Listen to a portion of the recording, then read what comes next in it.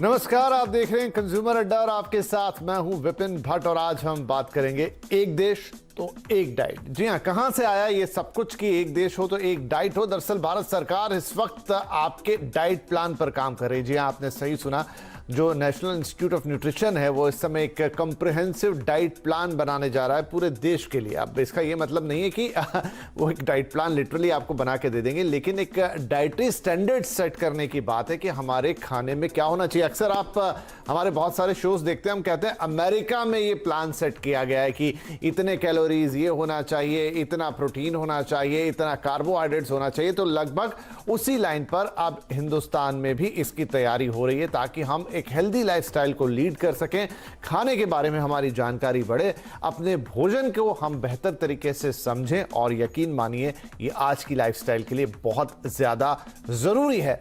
तो क्यों इस डाइट प्लान की जरूरत पड़ी? क्या पहले ऐसा कभी देश में हुआ है? दूसरे देशों में कैसा होता है? और ये जो कुछ बन रहा है और किया जा रहा है, इससे क्या फर्क पड़ेगा और आपके कितने काम आएगा और आप तक पहुंचेगा कैसे? ये सारी बातें आज हम करेंगे। हमारे साथ कार्यक्रम में कुछ खास मेहमान जुड़ रहे हैं। हेल्थ एंड स्टाइल की founder Sonam Jain, sports and wellness nutritionist Prateek Kumar और द हेल्दी इंडियन प्रोजेक्ट की एडिटर नीलम सिंह। आप सभी का बहुत बहुत स्वागत है। तो नीलम, हम आपसे शुरुआत करते हैं कि ये जो है कि पूरे देश के लिए या इंडिया में एक स्टैंडर्ड डाइट कोई प्लान हो, कोई कैरिकुलम हो, उसकी आवश्यकता क्यों पड़ रही है? देखिए, इंडियन डाइट के बारे में इंडिया में ऑनलाइन इन्फॉर्मेशन बहुत कम है। अगर हम लोग कोई भी रिसर्च करते हैं या रिसर्च के बारे में पता करते हैं, किसी पर्टिकुलर फूड के बारे में हमें जानना होता है, तो हमें ज़्यादातर इन्फॉर्मेशन वेस्टर्न डाइट के बारे में ही पता चलता है। फॉर एग्जाम्पल, जैसे अगर हमें पता हो कि keto diet is good for epilepsy, तो एपिलेप्सी के बारे में अगर कीटो डाइट का होगा तो ये कीटो डाइट सिर्फ एक डाइटिशियन या न्यूट्रिशनिस्ट ही डिकोड कर पाएगा। एक आम आदमी को इसके बारे में कोई ज़्यादा जानकारी नहीं होती है कि इंडियन फूड को वो कीटो डाइट में किस तरीके से कन्वर्ट कर सकता है। तो इस बारे में अगर ऐसी कोई फूड गाइड, कोई चीज़ आ रही है और ये आम आदमी के लिए अवेलेबल होगी, तो it's a very good initiative. ये एक बहुत अच्छी दिशा में बहुत ही सार्थक कदम उठाया जाएगा।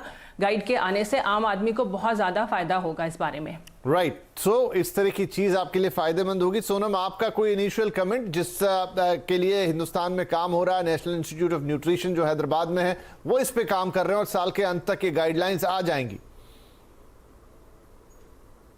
Absolutely, I think it's a very good initiative because India में या एक ओवरऑल जनरल लोग सोचते हैं कि डाइट का मतलब सिर्फ है पतला होना या सिर्फ है वेट कम करना या कैलोरी डेफिशिट या कुछ terms like keto, intermittent fasting, low carb, high protein. But जब हमें एक गाइडलाइंस मिलेगी, एक अवेयरनेस बढ़ेगी लोगों में कि डाइट का मतलब है कि आप जो खा रहे हैं वो कितना पौष्टिक है और वो आपकी लॉन्गेविटी, मतलब आपकी लाइफ में इम्यूनिटी और आपकी हेल्थ पे काम कर रहा है, तो एक बहुत बड़ा मिथ भी टूटेगा कि खाना सिर्फ पतले होने के लिए या सिर्फ एक पर्टिकुलर साइज के लिए नहीं, एक ओवरऑल हेल्थ के लिए और किस तरीके से खाना चाहिए। सो मेरा ये मानना है जब ये अवेयरनेस बढ़ेगी, जब ये प्रचालन एक ओवरऑल कम्युनिटी की तरह इंडिया में बढ़ेगा, तो लोगों का इंटरेस्ट एंड लोगों की जिज्ञासा भी बढ़ेगी कि हाँ, हमें खाना सिर्फ एक पतले होने के लिए या एक डिजीज रिवर्सल के लिए नहीं करना है, ये हमारा लाइफ का एक लाइफस्टाइल होना चाहिए। जैसे एक छोटा सा एग्जांपल दूंगी, पिछले 1.5-2 साल में इंडियन गवर्नमेंट ने योगा को एक अवेयरनेस कैंप की तरह बढ़ाया। अब करना ना करना वो आपके ऊपर है, बट योगा को जिस तरीके से बढ़ाया गया उससे बहुत लोगों को फ़ायदा हुआ। इसी तरीके से जब हमारे देश में एक डाइटरी गाइडलाइंस बनाई जाएगी तो लोग इस बारे में एटलीस्ट अटेंशन पे करेंगे, and specially the common people of India. So I think it's a very good initiative. Right, तो नीलम, अब मुझे बताइए, मैं आपसे ये समझना चाहूँगा कि इंडिया में जिस तरीके का, जितना बड़ा तो विशाल देश है, फिर इतने अलग अलग रीजन्स हैं, इतने अलग अलग तरीके का लोग खाना खाते हैं और अब मुझे लगता है कि हर जगह का मौसम भी थोड़ा अलग होता है। जो हमारा पूरा कोस्टल एरिया है वहाँ मौसम अलग रहता है, जो हमारे प्लेन्स हैं वहाँ अलग रहता है, फिर आप थोड़ा नॉर्थ में ऊपर चले जाएँ तो चीज़ें एकदम बदल जाती हैं। तो क्या इतनी सारी चीज़ों को एक साथ समावेश करना आसान रहेगा? देखिए, ये it's a very tough topic और बहुत ही टफ जॉब होने वाला है ये। लेकिन आई एम श्योर कि सारे एक्सपर्ट्स मिल करके इसके बारे में कोई एक ठोस और रचनात्मक तरीके से इसको इकट्ठा करके कोई बढ़िया डाइटरी गाइडलाइंस बना पाएंगे। As far as I know अभी तक जो चल रहा है उसमें तकरीबन 550 से ज़्यादा फूड टॉपिक्स के ऊपर और फूड्स के ऊपर रिसर्च की गई है और उनकी डाइटरी और न्यूट्रिएंट वैल्यू को मापा जा रहा है ताकि वो आम आदमी को बताया जा सके कि किस तरीके से वो पर्टिकुलर फूड उनके लिए फ़ायदेमंद होगा। Plus at the same time they are considering the dietary diversity of India कि बुजुर्गों के लिए किस तरीके का खाना होना चाहिए, प्रेग्नेंट लेडीज़ के लिए किस तरीके का खाना होना चाहिए, कौन सा खाना किस उम्र के लोगों के लिए फ़ायदेमंद होगा, इन सब चीज़ों को मद्देनज़र रखते हुए किया जा रहा है। तो जितनी ज़्यादा जानकारी होगी उतना ही मुझे लगता है कि मिस इन्फॉर्मेशन भी ज़्यादा होगी, क्योंकि एक तरीके से जितनी ज़्यादा इन्फॉर्मेशन उतनी ज़्यादा मिस इन्फॉर्मेशन। सो अगर हम लोग अपने एक्सपर्ट्स के गाइडेंस में, अपने जो डॉक्टर्स हैं, जो न्यूट्रिशनिस्ट हैं, डाइटिशियंस हैं, उनके गाइडेंस में आ करके इन सारी गाइडलाइंस को प्रॉपर तरीके से फॉलो करेंगे और बहुत अच्छे से इनको समझेंगे, तो आई एम श्योर कि ये जो गाइडलाइंस आ रही हैं they are going to be very beneficial. जी, तो ऐसे में सोनम बड़ा इंटरेस्टिंग हो जाएगा कि जो डाइटिशियन है या न्यूट्रिशनिस्ट हैं, तो अभी तक तो क्योंकि मैं जितना समझता हूं आप लोग अलग अलग स्टैंडर्ड फॉलो करते हैं, हम भी कई लोगों से मिलते हैं तो कुछ ने कहीं से कोर्स किया है, कुछ फॉरेन के कुछ एग्जाम्पल देते हैं, मतलब बहुत वैरायटी है इन सब चीज़ों में। तो जब हिंदुस्तान की अपनी एक ऐसी गाइडलाइन होगी, अपना एक ऐसा कैरिकुलम होगा, तो सारे डाइटिशियन न्यूट्रिशनिस्ट उस हिसाब से फिर सलाह दिया करेंगे।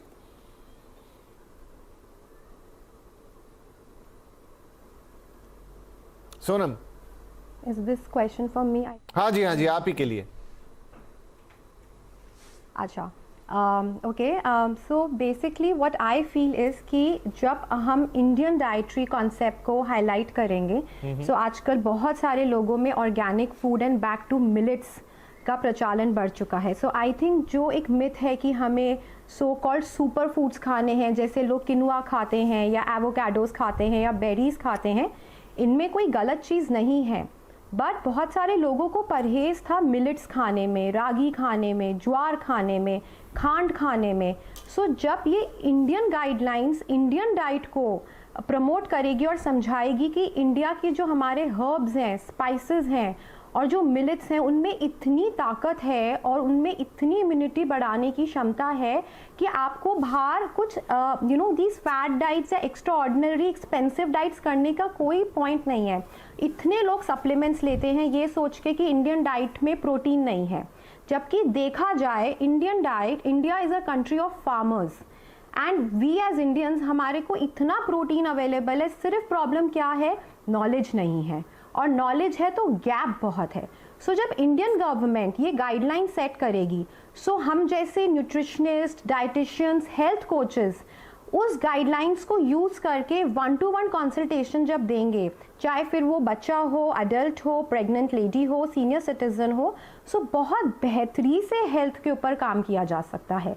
सो आई थिंक इंडियन डाइट को इन्हांस करके बढ़ाना बहुत इंपॉर्टेंट है। नहीं, आप सही कह रही है और एक अवेयरनेस आएगी। मुझे लगता है प्रतीक, मैं आपसे, आप वैसे स्पोर्ट्स न्यूट्रिशनिस्ट हैं, लेकिन मुझे ऐसा लगता है कि स्पोर्ट्स पर्सन तो फिर भी हम एक बार उस कैटेगरी में डालें, बट इन जनरल लोगों को डाइट के बारे में अवेयरनेस बहुत कम है। खाना पीना हम इंडियंस को बहुत पसंद है, लेकिन जिस तरीके का लाइफस्टाइल हम जीते हैं, जिस तरह की अब स्ट्रेस में हम रहते हैं, या अगर हम बात करें मेट्रो सिटीज़ में, तो वहाँ तो काफ़ी हद तक आप पॉल्यूशन के भी इन दिनों शिकार बन जाते हैं। ऐसे में डाइट ही एकमात्र ऐसी चीज़ है जिससे आप देखिए, एयर को आप कंट्रोल नहीं कर सकते, जिसमें जो आपको सांस लेनी है। पानी भी ऑलमोस्ट आप वही पी पाते हैं जो अवेलेबल है, बहुत हुआ तो चलिए आपने बाजार से खरीद के पी लिया, लेकिन डाइट एक ऐसी चीज है जो आपके हाथ में है, और अगर आप उसको चेंज कर दो या उसको समझ जाओ, तो मेरे ख्याल से आप बहुत सारी समस्याओं को तो सुलझा सकते हैं।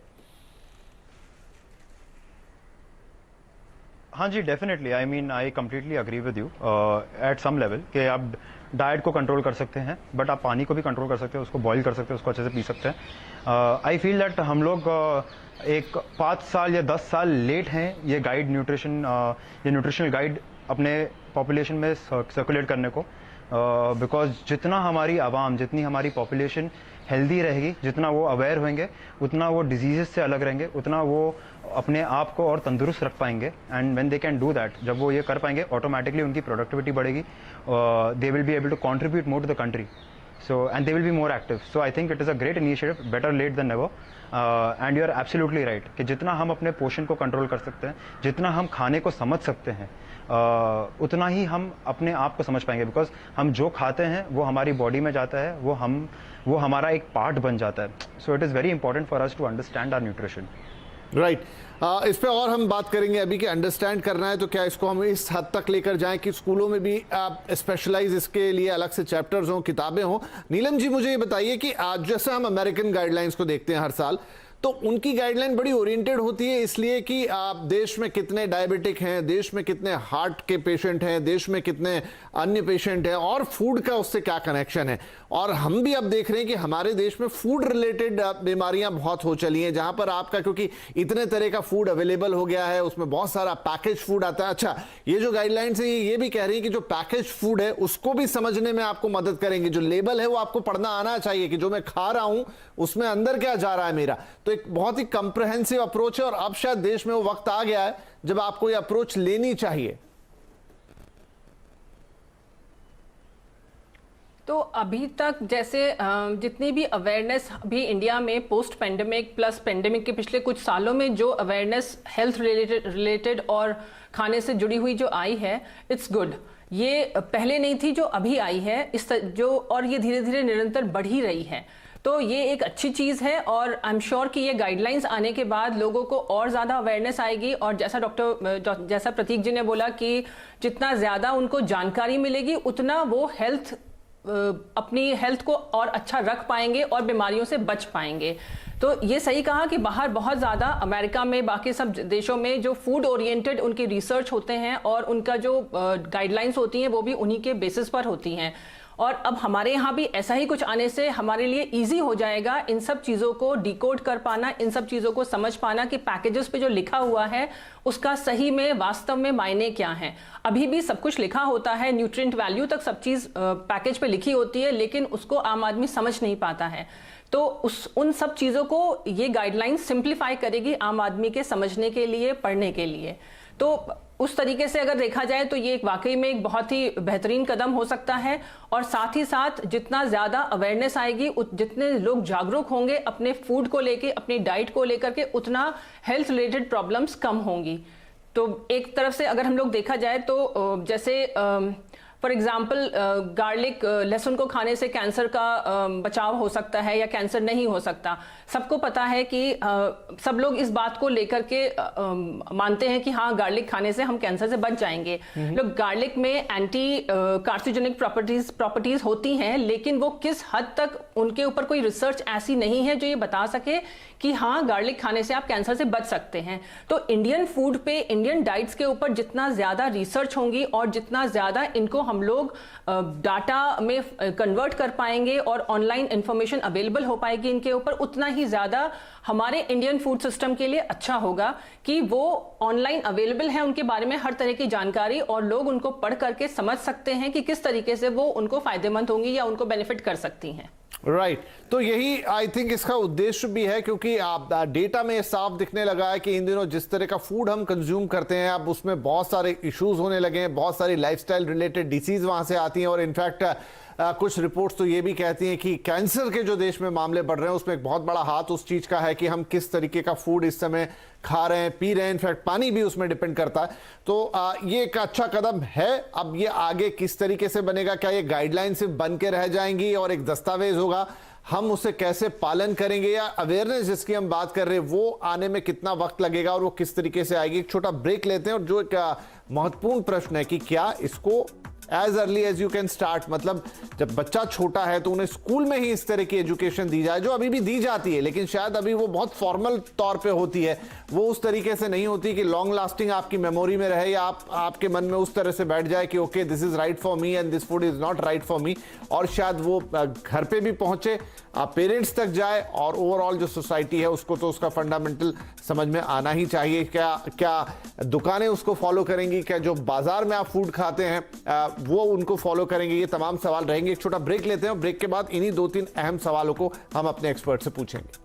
हैदराबाद में वो काम कर रहा है एक ऐसा हेल्थ डाइट चार्ट या ऐसा करिकुलम बनाने के लिए जिससे आप समझ पाएंगे कि आपकी डाइटरी रिक्वायरमेंट्स क्या है, बच्चों के लिए क्या है, बड़ों के लिए क्या है, लैक्टेटिंग मदर्स के लिए क्या है, बुजुर्गों के लिए क्या है, देश के अलग अलग रीजन में रहने वाले लोगों के लिए क्या है, और जो खाना आप खा रहे हैं उसकी न्यूट्रिएंट वैल्यू को आप कितना समझते हैं और आपके लिए क्या रिक्वायरमेंट है। साथ ही आप लेबल्ड जो पैकेज फूड होता है उसको भी समझना जरूरी है, क्योंकि वो इन दिनों हमारी लाइफ का एक बड़ा हिस्सा बन चुका है, लेकिन हमारी हेल्थ पे उसका एक बड़ा इंपैक्ट आता है। तो हमारे एक्सपर्ट से यही सारी बातचीत चल रही थी। तो प्रतीक, जो सवाल मैंने पहले छोड़ा ब्रेक के, और वो ये कि क्या हम इसको एज अर्ली एज चाइल्डहुड, मतलब स्कूल कैरिकुलम में ही इंट्रोड्यूस कर दे। चलिए अभी तो नेशनल लेवल पे बन रही है, लेकिन मुझे लगता है खाना एक ऐसी चीज है जो बचपन से आपकी आदत में आता है। बचपन से एक बार अगर आपकी मेमोरीज में कोई चीज बैठ गई तो आप जिंदगी भर या तो उसे पसंद करते हैं, खासतौर पे जब खाने की बात आती है, उसे नापसंद करते रहते हैं। तो अगर एज अर्ली एज चाइल्डहुड आप उन चीजों को समझने लगेंगे तो I think rest of your life खाने में आपका जो बैलेंस है वो बिल्कुल सही रहेगा। हाँ जी, I completely agree with you. In fact मेरा तो 2.5 साल का बेटा है और मैं उसको ऑलरेडी एजुकेट कर रहा हूँ कि खाना कितना इंपॉर्टेंट है और कैसे अच्छी चीज़ें वो खा सकता है, अच्छी चीज़ सेलेक्ट कर सकता है। एज पेरेंट्स हम लोग को जब मैं छोटा था तो मुझे ये बताया गया था कि भाई बेटा खाओ, यही उम्र है, यही सब खाने की उम्र है, आप अभी खा सकते हो, बाद में तो आपको परहेज करना पड़ेगा। बट अभी जितना हमारी अवेयरनेस बढ़ रही है, हम लोग रियलाइज़ कर रहे हैं कि बचपन से अगर आप बच्चों को ये चीज़ बराबर सिखा पाओगे, अच्छे से सिखा पाओगे कि ये चीज़ें आपको खाना चाहिए, ये चीज़ें आपके लिए कैसे इम्पॉर्टेंट है, और साथ साथ में उसको आप फन बना सकते हो। द एजुकेशन मीडियम और the way you are going to give this education और nutrition advice to your kids और the younger generation has to be fun. आप इसको कितना इंटरेस्टिंग बना के दे सकते हो। अगर आप पेपर पे लिख के आप दोगे तो कौन सा बच्चा पढ़ने वाला है या कौन सा बड़ा पढ़ने वाला है। और अगर ये एडवाइस हमको पढ़नी ही होती तो हम न्यूट्रिशन लेबल पढ़ के या बहुत सारी बुक्स पढ़ के हम लोग को एडवाइस ले पाते। बट हम लोग के गवर्नमेंट को, चलो at least we are making the initiative of doing this, but हम लोग को the entire mode of giving this information out to our population, especially the younger generation, has to be very very entertaining. I think social media use करना चाहिए, schools का medium use करना चाहिए, even any other doctors या any other ways of reaching parents and children should be considered, and ये model के through हम लोग काफ़ी कुछ अवेयरनेस स्प्रेड आउट कर सकते हैं। हाँ, ये कॉन्ट्रडिक्शन है मेरे करियर को लेके, but I would want the population to definitely be more right. ये सवाल एक बनता है, सही है कि आप क्या करेंगे, लेकिन आप आए उससे पहले मैंने इनसे, सोनम से बात की ही थी कि भाई न्यूट्रिशनिस्ट फिर क्या करेंगे। तो नहीं, डेफिनेटली आप उस गाइडलाइन को फॉलो करेंगे और उसके हिसाब से लोगों को, क्योंकि वो तो एक गाइडलाइन होगी लेकिन वो इंडिविजुअल को कैसे उस गाइडलाइन को अडॉप्ट करना है वो पूछने के लिए आपके पास ही आएगा। तो सोनम, यहाँ पर एक चीज है जो मैं समझना चाहूंगा कि अभी हम देखते हैं कि बहुत सारा फूड जो है अब हम बाहर से भी कंज्यूम करते हैं, और धीरे धीरे तो जिस तरह का डेवलपमेंट हम देख रहे हैं मेट्रो सिटीज़ में, जिस तरह की लाइफ है वो बहुत ज़्यादा जा रहा है उस तरफ जहां पर आप हैवीली डिपेंड हैं, जहां आप घर पे ना बना के बाहर का कंज्यूम कर रहे हैं। लेकिन एक इशू मुझे लगता है हमारे देश में, और वो ये कि जो गाइडलाइंस हैं लेकर आउटसाइड फूड को लेकर, चाहे वो पैकेज फूड हो, चाहे वो आप कहीं किसी होटल से डिलीवरी मंगा रहे हो किसी एग्रीगेटर के थ्रू, उसमें कितनी शुद्धता है, उसके पैमाने क्या हैं, इंग्रेडिएंट कैसे हैं, उनको लेकर हमारे यहाँ मामला बहुत वीक है। मतलब हम बहुत सारी इंटरनेशनल चेन्स भी हमारे यहाँ हैं, लेकिन जो नियम उनके ऊपर वहाँ लगते हैं वो हमारे देश में नहीं लगते। तो ये जो एक जो थोड़ा सा विरोधाभास है, क्या इससे बहुत ज़्यादा फर्क पड़ता है? ये मेरा एक व्यक्तिगत सवाल है कि हमारे यहाँ ये जो डिसिप्लिन है, डाइटरी गाइडलाइंस तो नहीं कहना चाहिए, लेकिन जो क्या होना चाहिए, खाना कैसा डिलीवर होना चाहिए, उस मामले में नियम बहुत ही लचर हैं। बिल्कुल बिल्कुल। देखिए, घर में रह के फ्रेश खाना बना के खाना आज की लाइफस्टाइल में सबके लिए पॉसिबल नहीं है। सो जब मैं भी लोगों को डाइट देती हूँ या कंसल्टेशन करती हूँ, लेट्स से कोई कॉर्पोरेट में है, लेट्स से आप ही की बात करते हैं, आपका लाइफस्टाइल बहुत हेक्टिक है, आपकी वर्किंग आवर्स बहुत हार्ड हैं, और अब आप उम्मीद करें कि आपको किसी न्यूट्रिशनिस्ट ने डाइट लिख के दी है कि आपको 6 बजे ये खाना है, 9 बजे ये खाना है, और वो घर का होना चाहिए। ऑनेस्टली ये करना कई बार बहुत मुश्किल हो जाता है। सो ईजी तरीका क्या होता है, हम स्विगी या जोमेटो करते हैं, we just quickly order food from outside, which is okay, क्योंकि हमें लाइफ को प्रैक्टिकली भी लेके चलना पड़ेगा। अब बात आती है कि वो खाना जो हम ऑर्डर कर रहे हैं वो किस टाइप का करें, क्योंकि अब मार्केट में सब कुछ अवेलेबल है। आई थिंक अभी एक सेल्फ अवेयरनेस बहुत इंपॉर्टेंट है। So rather than ordering let's say fast food which is made from maida या चीनी, आप एक हेल्दी ऑप्शन भी ऑर्डर कर सकते हैं। एंड अपेरेंटली बहुत सारे फूड आउटलेट्स में एक कॉन्शियस अवेयरनेस आई है कि वो अपने मेन्यू में बाइफरकेट करते हैं कि किस में कितना मैक्रोन्यूट्रिएंट है, कितना माइक्रो है, कितना कैलोरी कंटेंट है। सो एक कॉर्पोरेट लाइफ का इंसान या एक मेट्रो लाइफ का इंसान अगर अवेयरली ऑर्डर करे सो वो डेफिनेटली हेल्दी पाथ पे रह सकता है। But at the same time जो मेरा मानना है कि जब ये गाइडलाइंस आएगी या नहीं भी आती है, लेट्स से जब ये गाइडलाइंस हमारे एक लाइफस्टाइल का पार्ट होना चाहिए, you know it should be like कि हमें बचपन से ही पता होना चाहिए कि फल की क्या इंपॉर्टेंस है, दूध की क्या इंपॉर्टेंस है, या अगर हम मैदा खा रहे हैं या बर्गर खा रहे हैं तो ठीक है एक बार ही खाया, बट अब नेक्स्ट मील क्या खाएं। So anyways coming back to your question कि अगर हमें बाहर से ऑर्डर करना है तो उस फूड की ऑथेंटिसिटी क्या हो सकती है। सो वो आप पे है कि आप कहाँ से ऑर्डर कर रहे हैं, क्योंकि ऑनेस्टली आज की डेट में definitely there are food outlets and food chains and home chains जो बहुत अच्छा खाना बना रही हैं ऐसे लोगों के लिए जिनके पास खाना बनाने का वक्त नहीं है। But yes, labelling and costing एक बहुत बड़ा अंडररेटेड सब्जेक्ट है हमारे। तो यही सवाल मैं लेके जाता हूँ नीलम जी के पास भी कि नीलम जी, क्योंकि क्लाउड किचन्स की भरमार हो गई है और जैसा मैंने कहा कि जो डिलीवरी आ रही है, जो उसमें इंग्रेडिएंट यूज किए हुए हैं उसको लेकर चाहे फसाई नियम बनाए या जो भी नियम बनाए, लेकिन मैं देखता हूं कि एक तो नियम ही ढीले हैं और ऊपर से उनका इम्प्लीमेंटेशन तो ना के बराबर है। तो इम्प्लीमेंटेशन बढ़िया हो इसके लिए सरकार को बहुत ज़्यादा काम करना पड़ेगा। इसीलिए मैंने कहा था कि इट्स अ टफ सब्जेक्ट और ये बहुत ही मुश्किल होने वाला है, क्योंकि डाइट पर कंट्रोल करना या डाइटरी गाइडलाइंस लाने के बाद लोग उसको किस तरीके से फॉलो करेंगे, इस पर कंट्रोल करना बहुत ही मुश्किल होगा। और जैसे कि हम लोग अपने हेल्थ रिलेटेड जितने भी हम लोगों का फैक्ट चेकिंग का काम है, जिसमें हम लोग देखते हैं कि हेल्थ रिलेटेड मिस इन्फॉर्मेशन इसमें सोशल मीडिया प्लेटफॉर्म्स पे भरा हुआ होता है। तो जितनी ज़्यादा हमारे पास ऐसी इन्फॉर्मेशन आएगी उतनी ज़्यादा हमारी मिस इन्फॉर्मेशन बढ़ती चली जाएगी। तो इस तरीके की मिस इन्फॉर्मेशन को कंट्रोल करना सोशल मीडिया प्लेटफॉर्म्स पर और उनकी प्रामाणिकता की जांच करना बहुत ही ज़रूरी हो जाएगा सरकार के लिए और सरकार द्वारा नियुक्त की गई एजेंसीज़ के लिए, क्योंकि लोग क्या खा रहे हैं और किस तरीके का खाना खा रहे हैं और उसके बाद कैसी बीमारियों से अपने आप को ग्रसित कर रहे हैं, ये जानना और इस बारे में अवेयरनेस होनी बहुत ज़्यादा ज़रूरी है।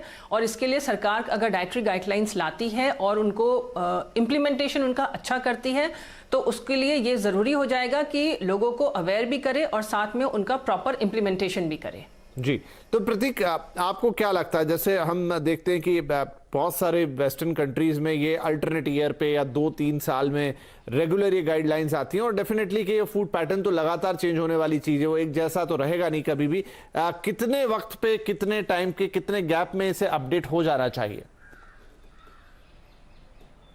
जी कैसा है ना, द वे हम लोग देख रहे हैं जो अभी करंट पैटर्न चल रहा है, वेस्टर्न कंट्रीज का छोड़ता हूँ, मैं इंडियन कंट्री पे आता हूँ। और जैसे हमको ये कंट्री का हमको पता है कि हमारे पास इतने डिफरेंट रीजन्स हैं, इतना डाइवर्स क्लाइमेट है और साथ साथ में हमारे पास डिफरेंट स्टाइल ऑफ प्रिपरेशंस हैं।